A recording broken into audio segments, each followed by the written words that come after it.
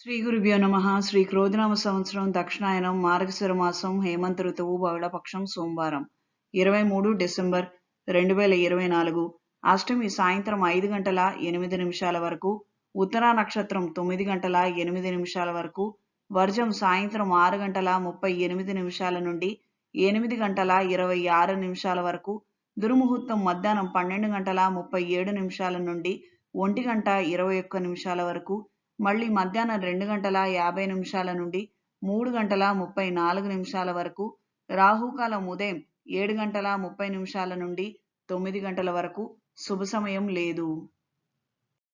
ద్వాదశ రాసుల వారు ఈరోజు చేసుకోదగిన పూజలు: శ్రీ వెంకటేశ్వర స్వామివారి అష్టోత్తరం చదవండి. స్వామివారి దేవాలయంలో హరిచందనంతో అర్చన జరిపించండి. మేషరాశి: కుటుంబ పోషణకై మీరు పడే శ్రమ, అలసట ఎవ్వరూ గుర్తించకపోవచ్చు. కేవలం మీరేమీ చెయ్యట్లేదు అన్న అపవాదు, విమర్శలు మాత్రమే వినిపించవచ్చు.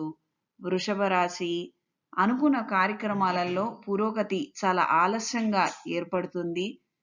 గృహ నిర్మాణ ఆలోచనలు అంతంత మాత్రంగా ఉంటాయి. మిథున రాశి: దూర ప్రయాణాలలో అపశృతులు చోటు చేసుకునే అవకాశం ఉంటుంది. భాషాపరమైనటువంటి సమస్యలను ఎదుర్కొంటారు. కర్కాటక రాశి: ఎంతో శ్రమించి మంచి ఫలితాలను ఆశిస్తున్నటువంటి ఒకానొక విషయంలో కార్యానుకూలత ఏర్పడుతుంది. మీరు అనుకున్న స్థాయి చేరుకోగలుగుతారు. సింహరాశి: మిత్రులతో చర్చించి కొన్ని కార్యక్రమాలను నిర్వహిస్తారు. దూర ప్రయాణాలు అంతంత మాత్రంగా ఉంటాయి. కన్యా రాశి: ప్రజా సంబంధ బాంధవ్యాలను మెరుగుపరుచుకోవడానికి చేసే ప్రయత్నాలు అనుకూలంగా ఉంటాయి. వ్యాపార అభివృద్ధి దిశలో ఉండటం మానసిక సంతోషానికి కారణమవుతుంది. తులారాశి: సేవా కార్యక్రమాలలో చురుగ్గా పాల్గొంటారు. పెంపుడు జంతువుల పట్ల ఆకర్షితులవుతారు.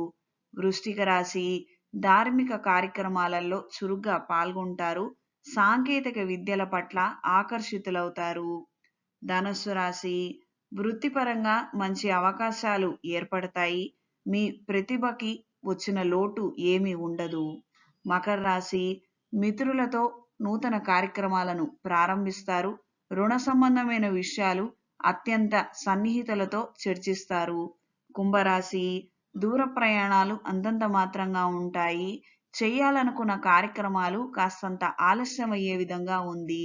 మీనరాశి: నష్టపోతున్నటువంటి వ్యవహారాలలో లాభాలని ఎలా సంపాదించాలి అన్న ఆలోచనలు ఎక్కువగా ఏర్పడతాయి.